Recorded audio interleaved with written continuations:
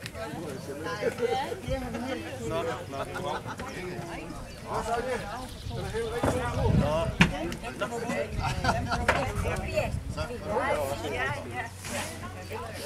førte over med færgerne, og enten det var godt vejr eller skidt vejr, weekend, hverdag, sommer eller vinter, så kommer det jo specielt om fredag.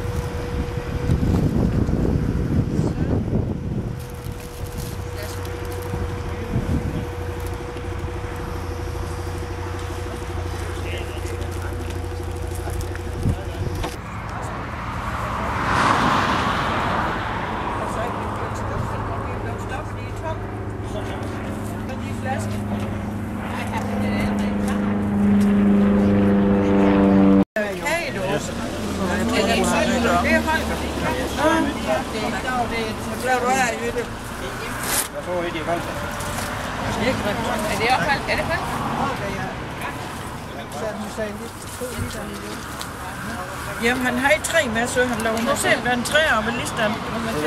Nå. Jo. Ja, det har været. Det er mange, der har været. Ja, hvad? Der er kun 2 liter af spids i olieslag her. Nej, at dose for det. Og der er ikke, nummererede pladser reserveret ombord på skibet. Der er pladser til os alle, men hvor de er henne, det er mere diffust. Så I finder bare et sted, I gerne vil sidde. Sidder der nogen i forvejen, så må I jo bede dem om at flytte sig. Og hvis ikke det kan lade sig.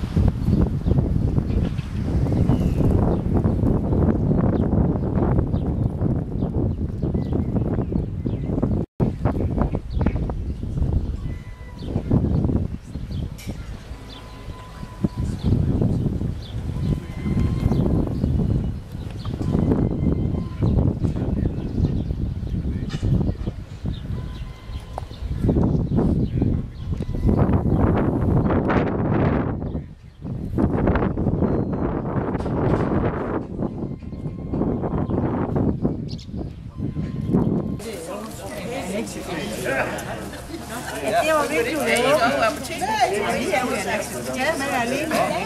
Vi bestilte dyrt det jo også. Ja. Vi har bestilt plads til. Ja, tak. Det var godt. Så hun ikke skal helt med.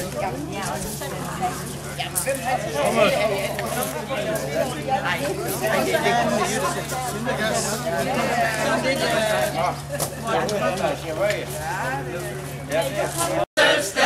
Hurra, hurra.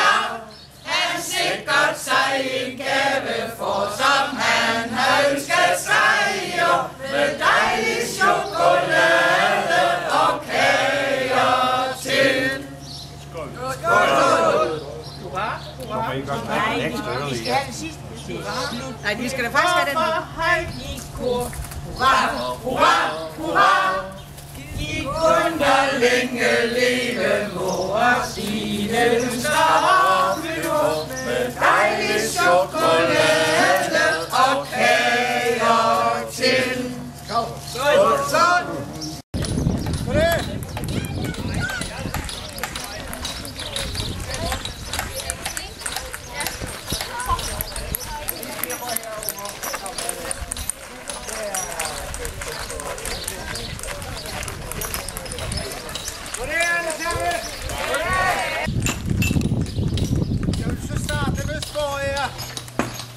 Om I er kommet her fra Sydlandal. Er I kommet her fra Sydlandal? Nej, ikke købe noget. Heller ikke på Sjælland. Nej. Ja. Arbejde. Ja, arbejde. Hør, hvad det siger. Det siger hver gang der kommer pensionister her, så siger det fandme nej. Der er ordet, ligesom der er ordet stykke 3. Så nu skal jeg lige kigge ned efter, hvor jeg er henne på den her, så jeg kan få den flække ordentligt. Ordene i granitten er de sorte pletter. I kan godt se, det er sorte pletter, ikke? Kan I se, hvilken retning de har? De er lidt aflagt. Nu hopper jeg op her og starter med at lave nogle små huller, så kan I komme og hjælpe mig med at få dem dybere.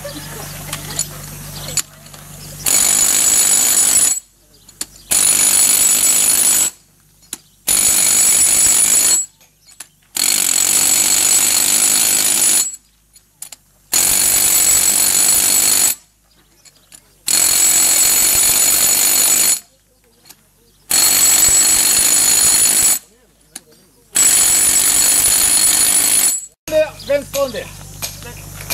Ja, så har jeg retningen. Ja. Hold der. Klem den hårdt. Hold det ved. Hold det ved.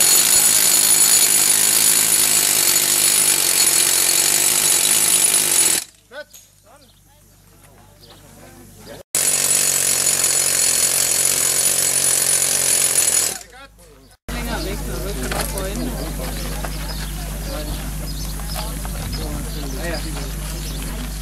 Skal vi have en nydelig pensionist?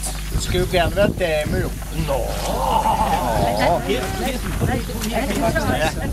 Nu kommer, ja. Nu står det, for det står der. Vildt, hun er da vant til at slå søm i. Ja, det er godt. Hvis det er helt rigtigt, må man aldrig stå på siden af flække, fordi hvis der er så omrevne, så kan man få den ned over fødderne, ikke? Men du kan godt stå der, for det er det der bredeste stykke. Den flækker i hvert fald ikke den vej ud. Ja, fint. Det er ned til gode. Skal I hjemme? Ja. Nej, bare en af gangen. Du bare forestille dig et hej, du slår over. Der er mange, der står og skriger deres mands navn, mens de laver det. Hvorfor tror I, at jeg vinder af svømståning i nu? Ja, det er det. Det er fordi, du har Bornholm. Fordi du har Bornholm hver år for at træne. Ja, så er det dig. Ja.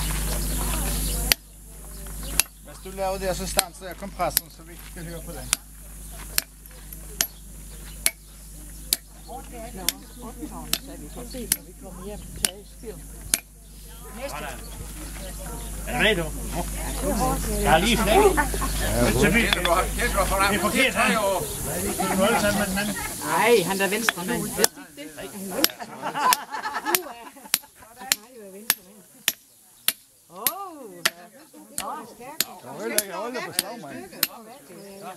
Næste.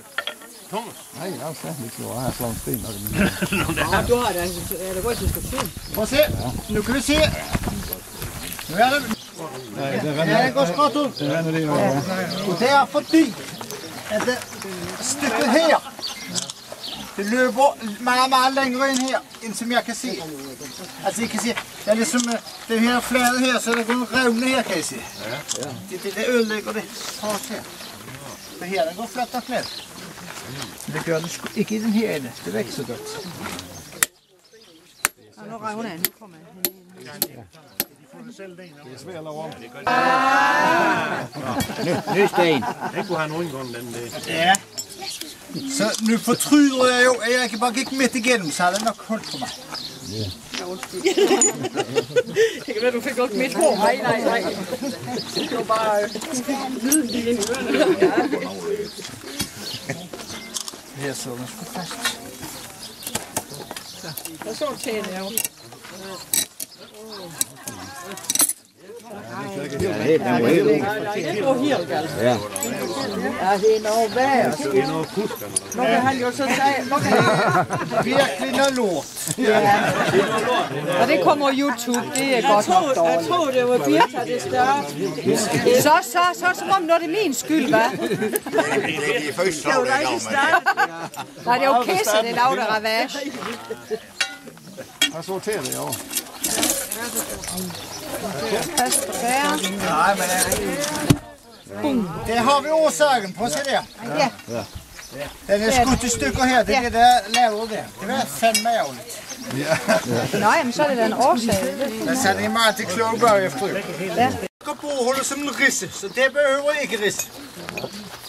Risse bare videre her så. En god, dyb risse. Og som I kan se, man skal slå godt til. Og I skal ikke være bange for at ramme jer over fingrene. Vi har masser af plaster. Så ridser vi den på de 3 sider, det vil sige 2 korte sider og en lang side.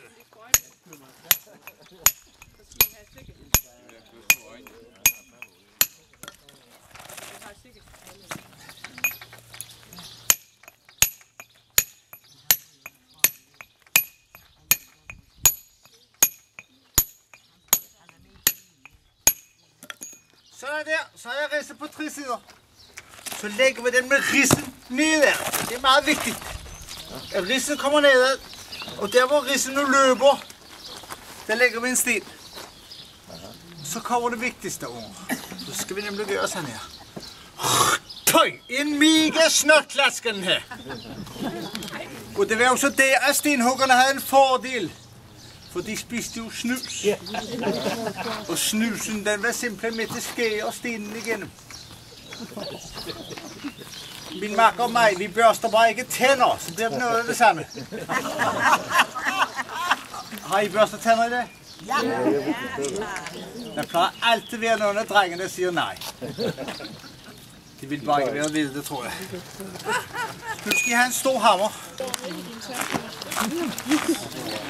Og det er jo lidt tankevækkende. Nu vil I tænke på det gamle brugsten, der ligger i mange gamle danske byer, ikke? Alle de er lavet på den her måde her. Altså man flækkede ud i skiver, alle den der ligger der for eksempel. Og så knækkede man dem ellers ud videre på den her måde her. Og så første gang, så knuser vi lige stenen, sådan der, så ligger der sådan et sammenpresset snøtklat der. Og så anden gang. Og så der så har vi lavet 2 flotte brugsten. Og kommer man her og kigger efter, så kan man tydeligt se strå.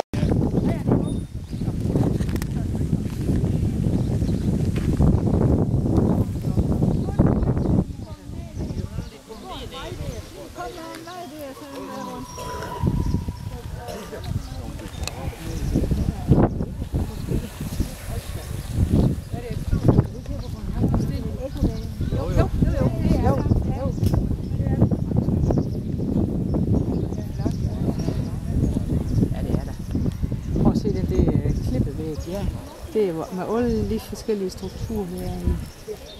Det er altså flot. Jamen, det er utroligt. Ja.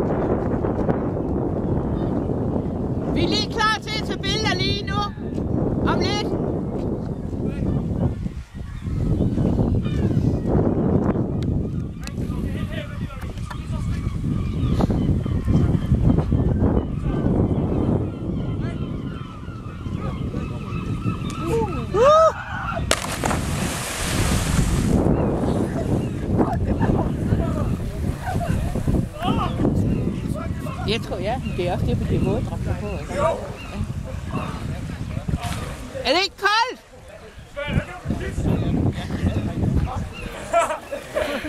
Ja. Det var ingen, der sprang overhovedet i. Jeg siger, er det ikke koldt? Nej. Er det koldt? Nej, det er ikke koldt. Det er først der.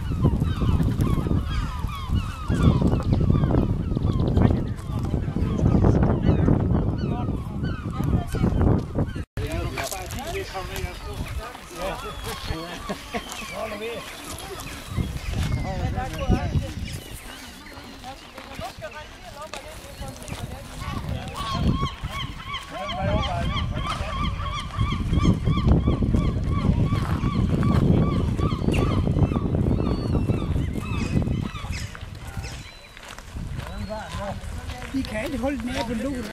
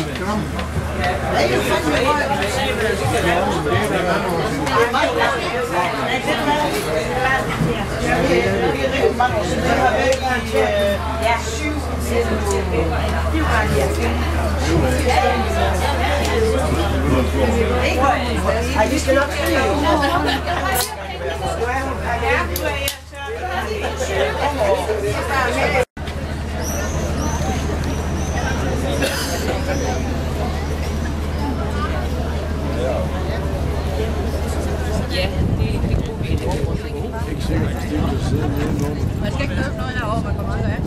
Nej, der er mange steder. Hvor lang tid skal I være?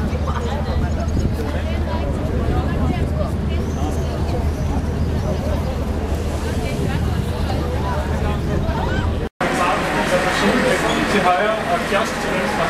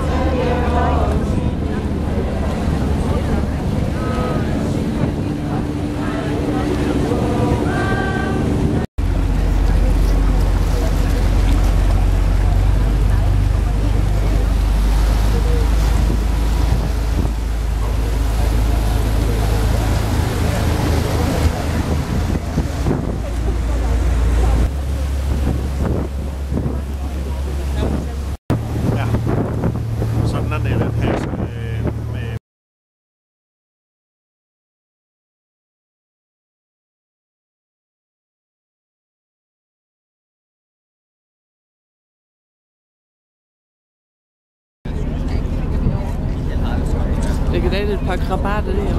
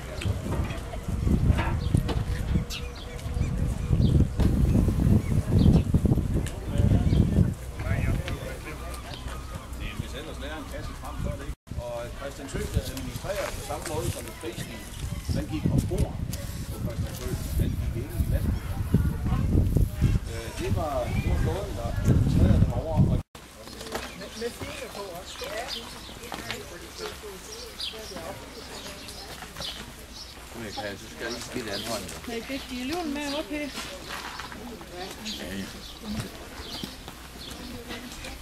Ved du hvad? Du tager bare med råb.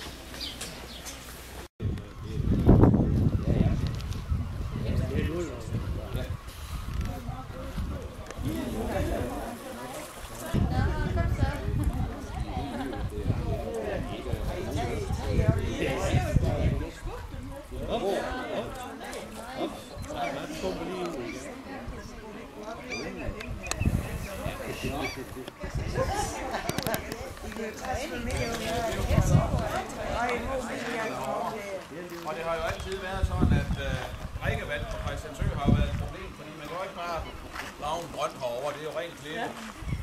Og man benytter sig simpelthen af regnvand, smeltet sneer i som vinteren, og så hvad der ellers kommer ned ovenfra.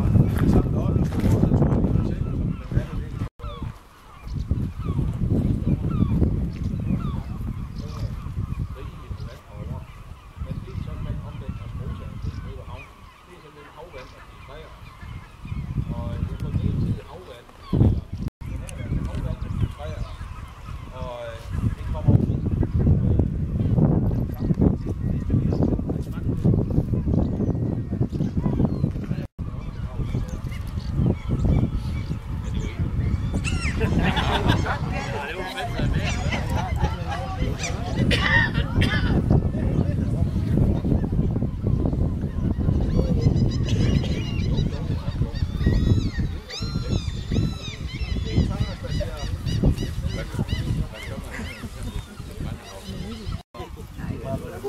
Men det er 2 klasseværelser, og så undervises man jo sådan i hold, så der er en 13-15 elever.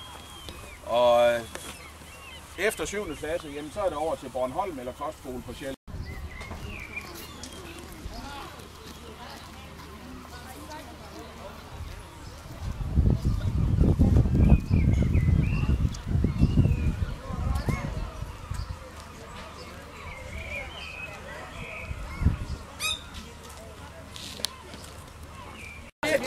snakker over video.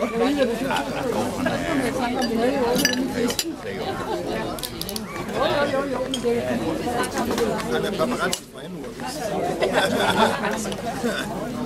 Jeg er journalist. Det bliver brugt nu.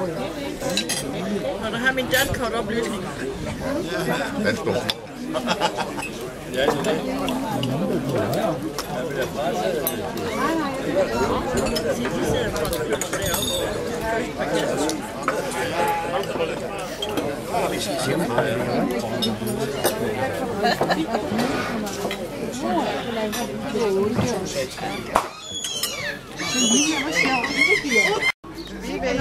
Sikkert noget både syg, det kommer ned herovre.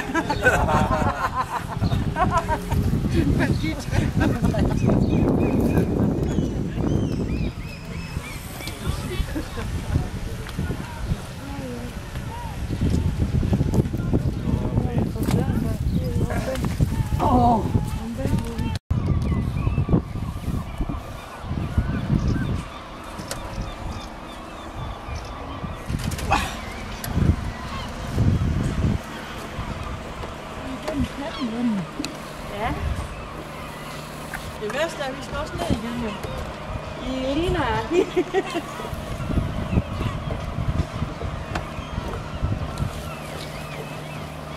Så nu kommer jeg både over der.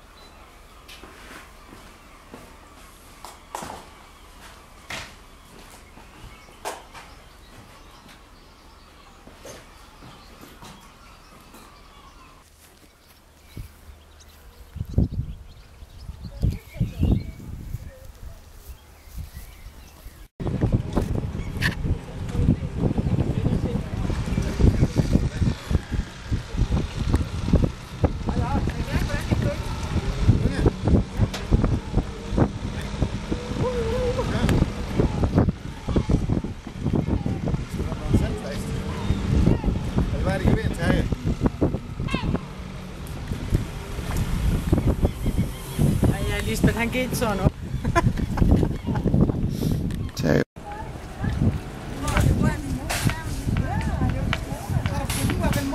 Ja, det var ikke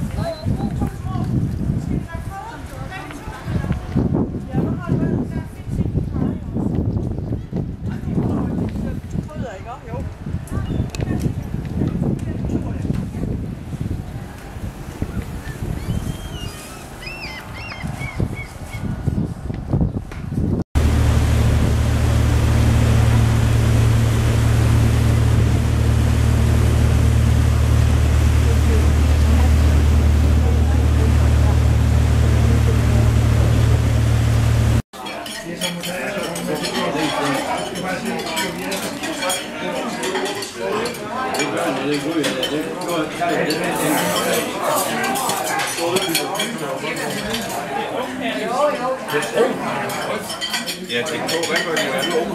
Ja, det er nok dem, der var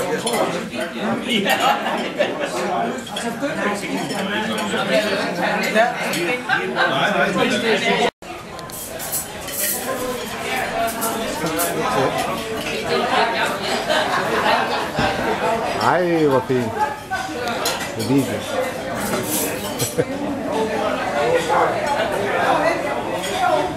Vi har kokkermanden med det også. Ja, der skal være. Det blev rødt denne gang. Den her video var det igen. Det er så nok, man vil noget. Nej, det er godt, så kan jeg snart med, at man jo.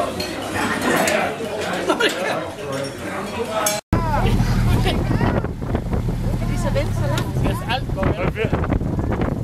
40 minutter tager turen, cirka.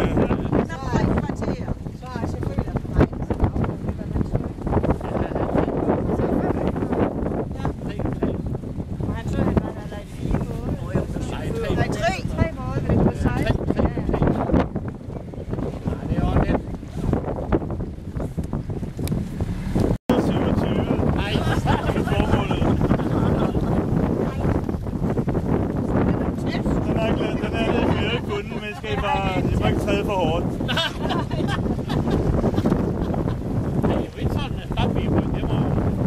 Den har sejlet her i over 85 år nu. Han var tilbage samme tur.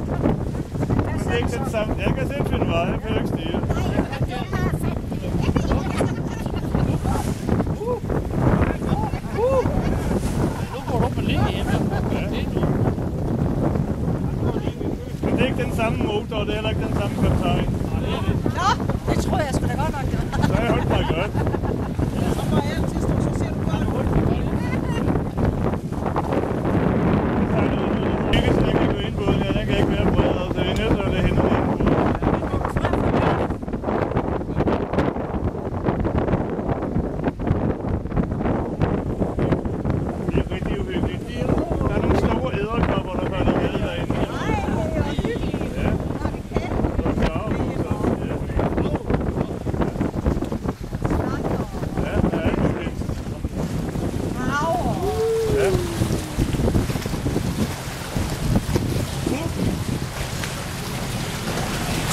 Ja, det er sådan.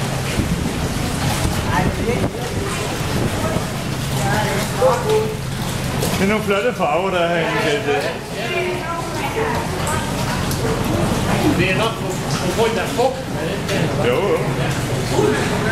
Det drypper også ned herinde. Lige på det ord, det er. Og det er vi ikke så glade for, det drypperi, for de siger, det kommer op fra toiletterne, når der har været slut på.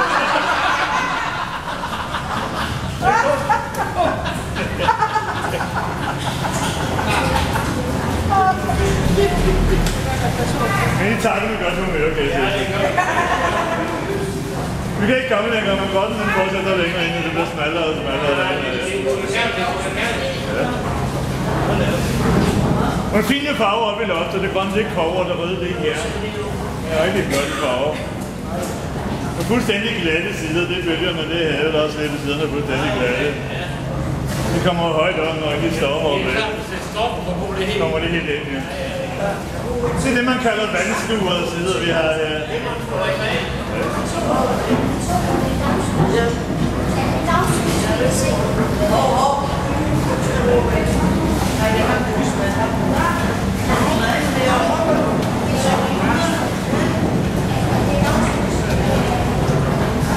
For jeg er nødt til at bakke ud igen, men det er meget svært at vende med. Nej, det er lidt svært. Jeg kan ikke forstå.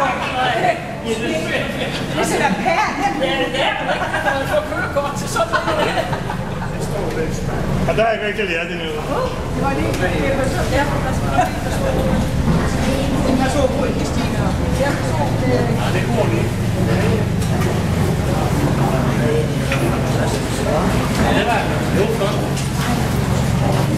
Det var lidt flot, det hele. Ja.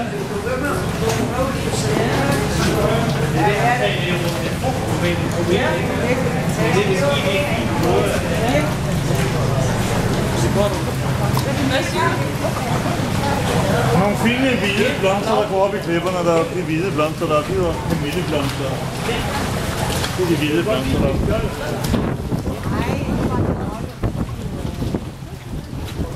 Men det var også den våde ovn, vi var inde i der, Bornholms seneste bolle. Den våde ovn. Ja. Den våde ovn. Det var her, der for mange år siden gik en gås ind, den forsvandt sproløst derinde. Ja.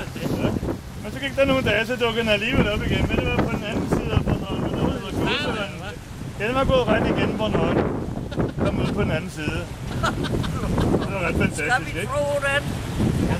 Jamen, det er autentisk, når jeg prøver på billigere ind. Det kunne jeg ikke drømme om at gøre billigere noget i. Nej.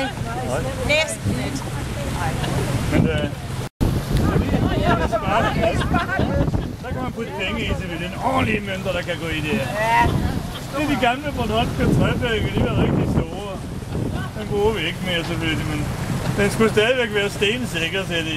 Er det stensikker? Det tror jeg på også. Ja, jeg tror også. Fuldstændig stensikker. Ja. Det er edderfugle, hedder det. Nej, det er edder. Det er dem, der kommer over på Christiansted. Det er edderovre.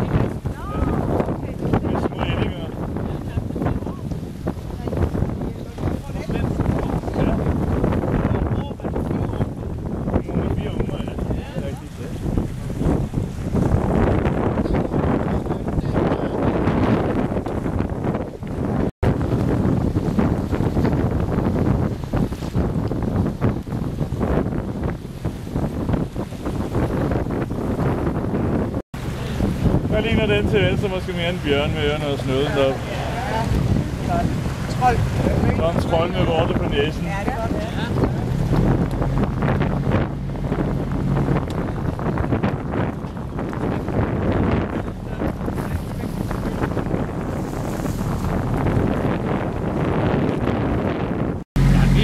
Det er tiden også.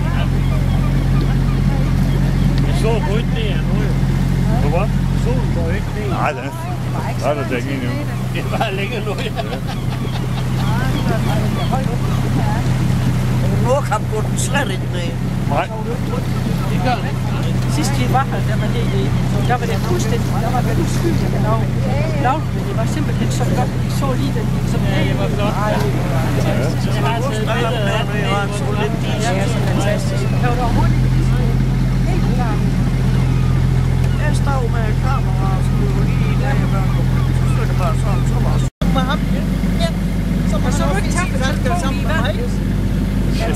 telefon. Nej, hvor søren. Det gør jeg. Nej. Så blev det til en undervandstelefon. Den er ikke vandtæt, tror jeg.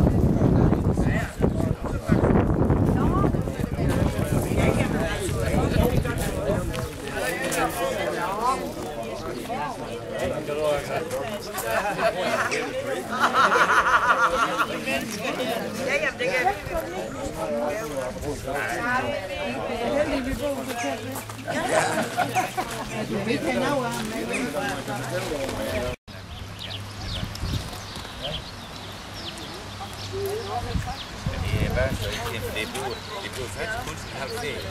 Det ligger jo til noget, det bliver ligesom.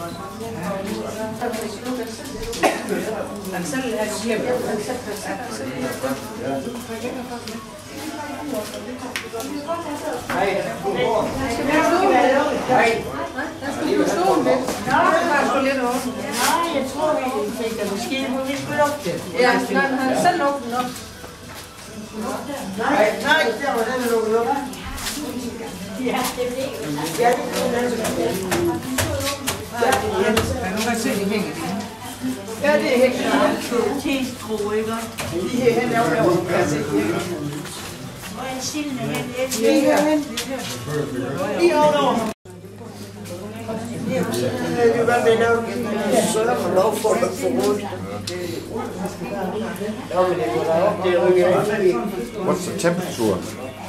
Around 40 degrees. Huh? Around 40 degrees. 40 degrees, yeah. Okay. And we are working around 4.5 hours. 4.5 hours. Yeah, I start 6 o'clock and I think I finish half hour.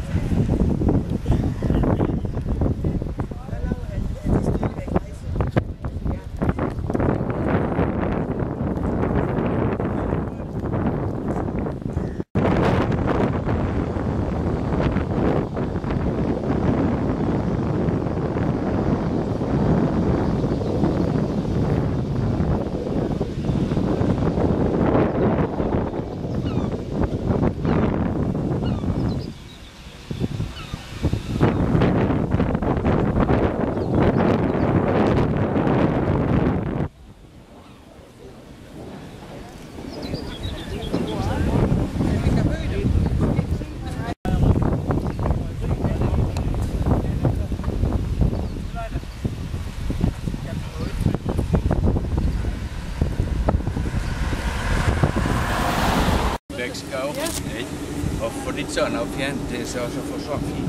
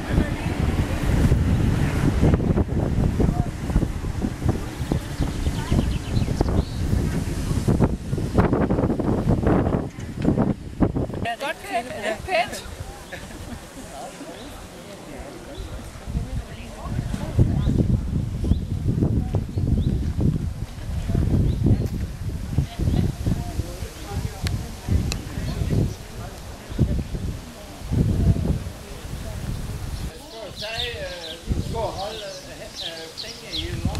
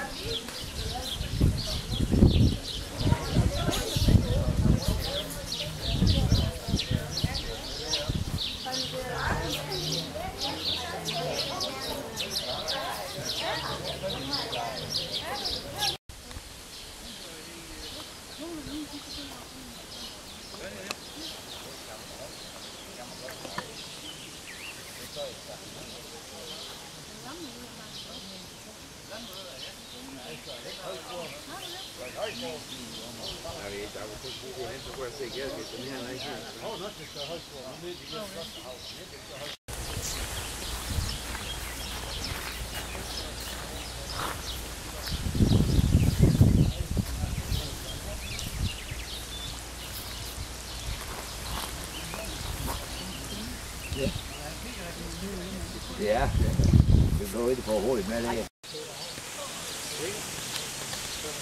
Ja. Ja, god idé nu. Det var fint. Moin.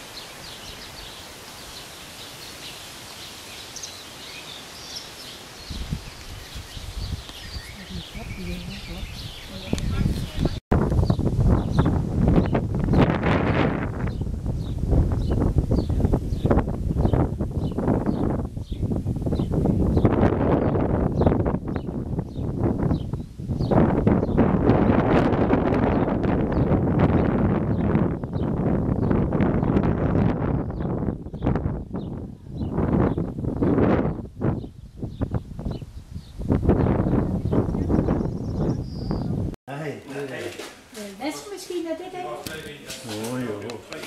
Ja, det er lidt helt. Nå, Det kan du købe ud på. Ja. Vi kan godt have gang i en med hul. Jo.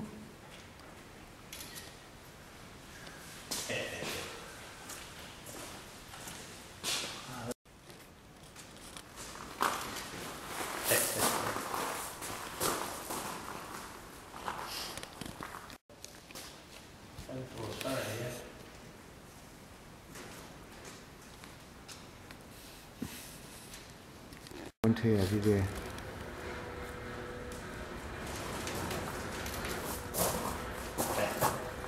Det er jo en ordre, kan være der til at rige ud.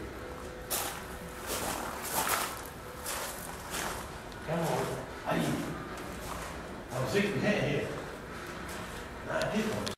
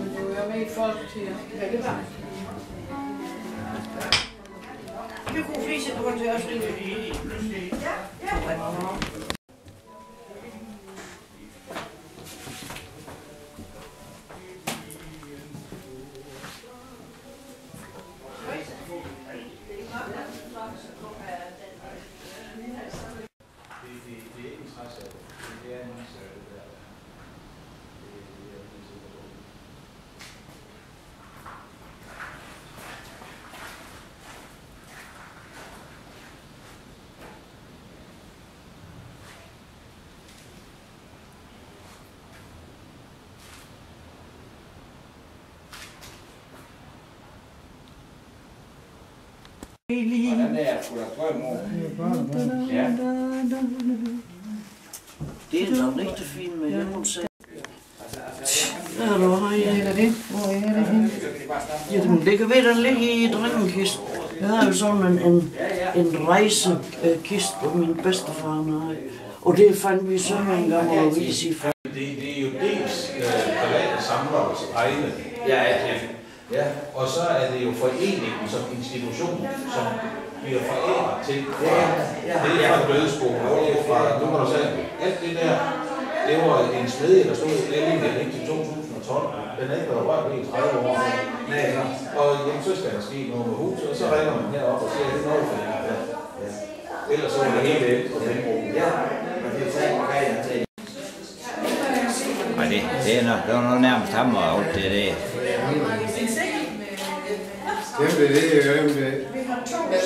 Det er der med sten over det. Så mange var. Vi må lige på. Vi finder så før at.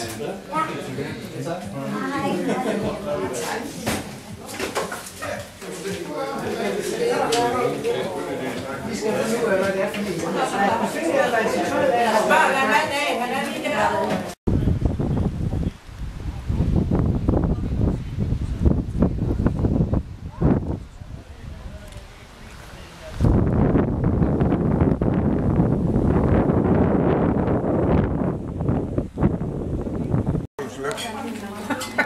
Tak for i dag. Og den er jo længe ikke færdig. Nej, det er bare det.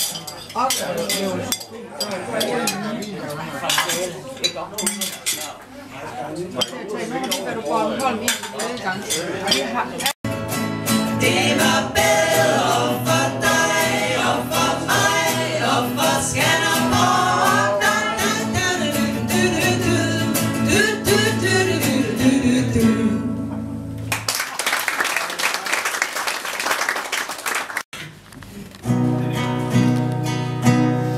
Jeg ser bølgerne slå ind mod klipper og skær. Jeg ser mennesker gå unge almingens træer. Og så tænkte jeg straks, det er mit boringhold.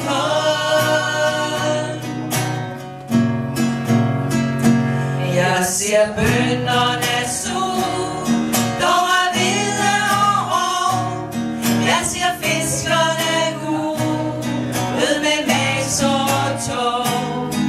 Så tænkte jeg straks, det er mit boringhold.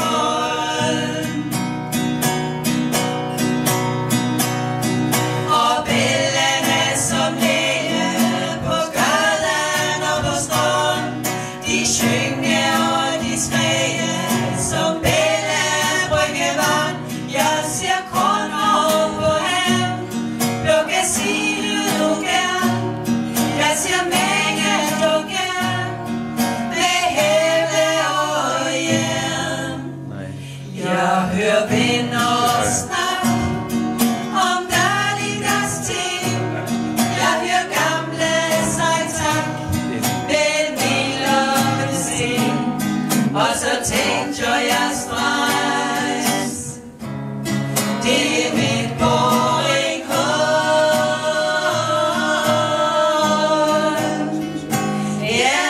Tænkte jeg straks, det er mit boringhold.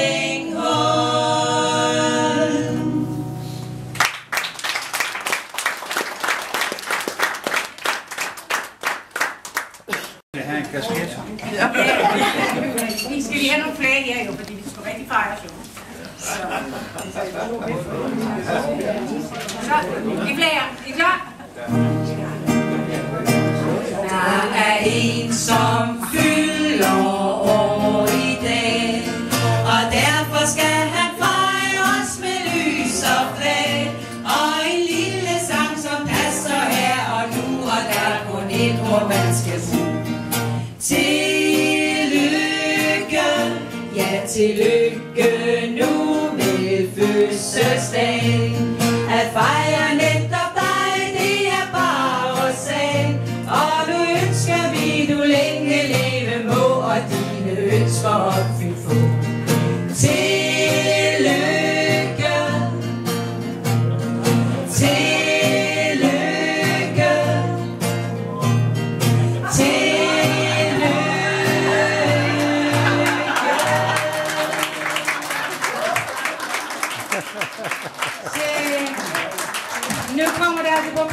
så hør godt efter her.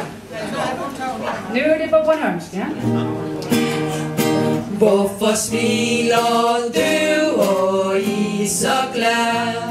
Kanskje fordi du even har fødselsdag. Så det kan I sagt alligevel godt forstå. En får jo gaver det med sol. Tillykke, og så net her i med lys og flak. Og dagen den går så helt ud med sjævs og snak. Og så al den gode mading, som man får i sidste hjem til næste år. Tillykke, ja det håber vi med en kostig læg. Så tiden lige går, pas nu på dig selv. Og så ønsker vi du længe leve for en evig mange år. Tillykke, tillykke, tillykke.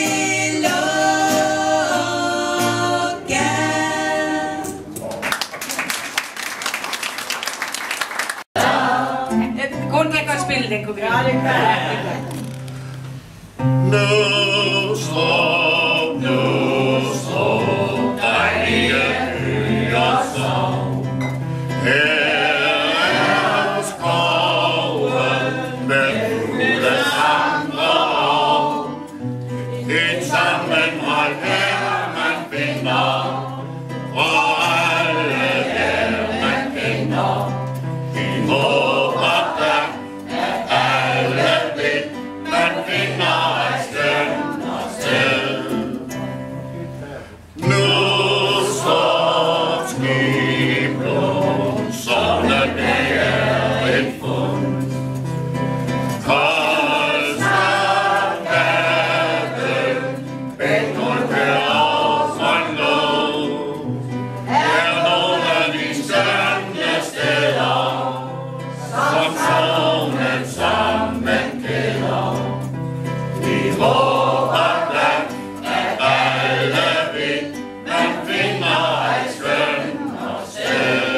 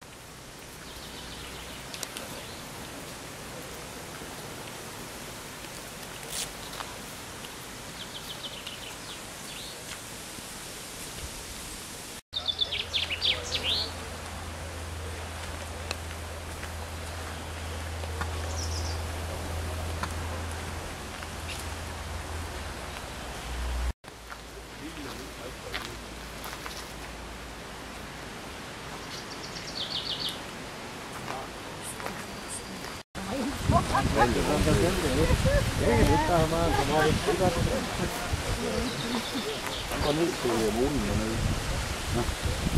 Det er jo kommet ned, og det er jo ikke alle sammen nu. Nej.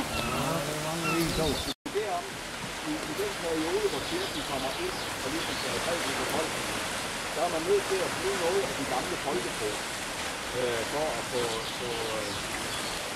solgt den vare, der bliver kristendom. Og det går ganske udmærket, blandt andet ved, at man tager nogle af de energier, som er i naturen, kildemarkeder, så det kan man kalde 1 kilometer fra kysten, der er fire dårlige, og resten som håber for ikke at blive fire dårlige. Så en vandfart, når ned gør en rigtig vand, det troen på, at ryggen nede for foden af klippen. Der er folk blevet ledt ud på den her klippeafsats. Der har så været sådan en krantalje, en bådsmandsstol. Folk er blevet sat deri, sænket ned fra foden af klipperne, helt ned til havoverfladen. Blevet taget imod af et par præster dernede, som så har badet ind i rød helligkilde. Og så op igen, smæk i måsen og videre. Og miraklet skete som regel. Folk fik det bedre, folk overlevede. Og det var måske, når man så ser lidt mere nøgternt på det, ikke så underligt endda.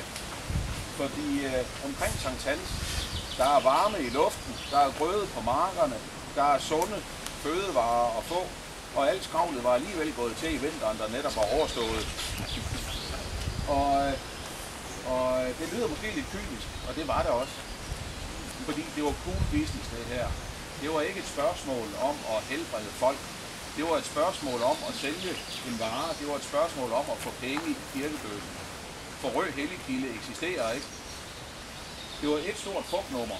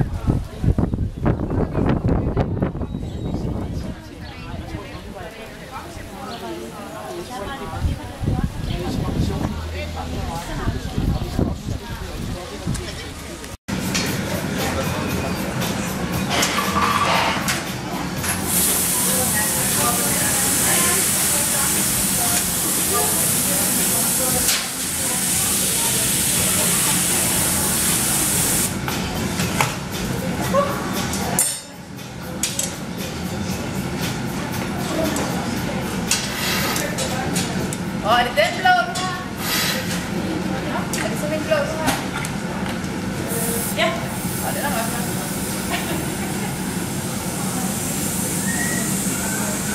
Nu ligner du sådan en, der står og laver. Jo, du maler bare for nogle stunder.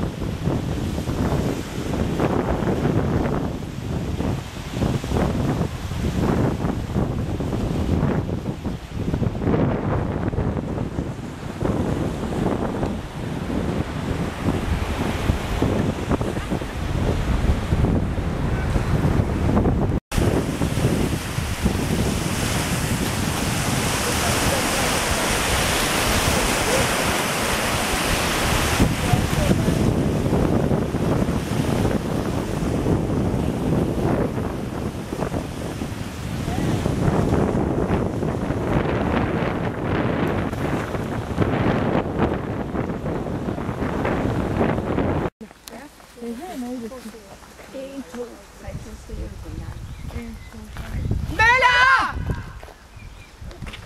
Møller! Jo, det kommer længe efter.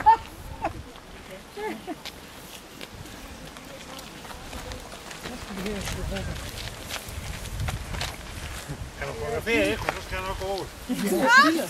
Så prøv! Møller! Du sagde Møller. Så skal man op før. Jeg drikker Møller. Så skal man op før. Det er kilde. Nej, det er enormt. Nå, nu skal bare se. Det er nede og så op. Evo. Det går så godt nu. Er det så vidt nu der? Nej, det skal den lade.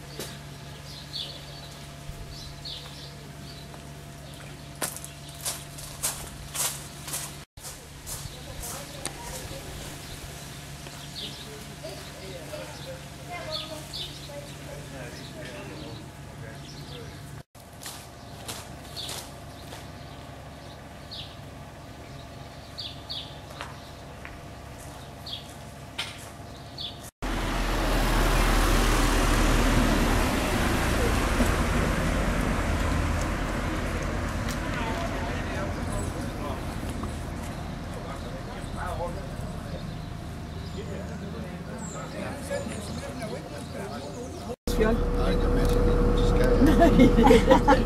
Det er da fjol. Det er ikke noget, du lærer med det. Hvad? Det er ingen, du lærer med.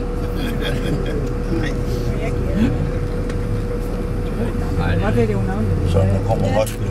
sidst jeg tog med nogen, og så taler man lige med